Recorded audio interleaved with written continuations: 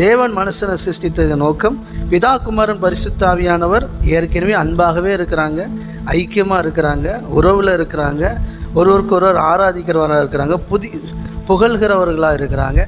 இந்த ஐக்கியத்தில் மனுஷன் இணையணும் அப்படிங்கிற திட்டம் தேவனுக்கு ஏற்கனவே உண்டு.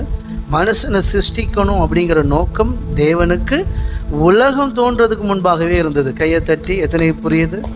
ஆமென் சொல்லுங்கள். இந்த உலகத்தை தேவன் படைப்பதற்கு முன்பாகவே தேவன் ஒரு திட்டம் வச்சுருந்தார், மனுஷனை சிருஷ்டிக்கணும் அப்படிங்கிறதுக்காக. சரிங்களா? இதில் தான் நம்ம தெளிவாக இருக்கணும். நம்ம இது வரைக்கும் கேட்ட தியாலஜி பூரா அப்படியே ஒரு மாதிரியாக இருக்கும், அதிலெல்லாம் தூக்கி தூர போட்டுருங்க. இதை நம்பி நீங்கள் கேட்கலாம். இது உங்கள் வாழ்க்கையை கரெக்டாக கொண்டு போகும், மாற்றும். இதன்படி நீங்கள் பைபிளை படிச்சிங்கன்னா ஒரு இடத்துல கூட உங்களுக்கு பிரச்சனையே இருக்காது. இப்போ நிறைய இடத்துல தேவன் நல்லவர்னா கெட்டவர் மாதிரி தெரியுது இல்லையா? இதுக்கு பிறகு நம்ம வேதத்தை படிக்கும்போது அப்படி எங்கேயுமே உங்களுக்கு பிரச்சனையே இருக்காது. எந்த வசனத்தை தியானித்தாலும் பிரச்சனை இருக்குது. இப்போ எனக்கு எந்த வசனத்தை தியானித்தாலும் இடிக்கவே இடிக்காது.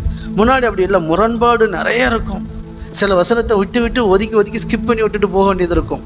அதுக்கு விளக்கமே தெரியாது. ஆனால் இப்போ அப்படி கிடையாது. ஏன்னா நம்ம இப்போ மையக்கருவை கரெக்டாக பிடிச்சிக்கிட்டோம்.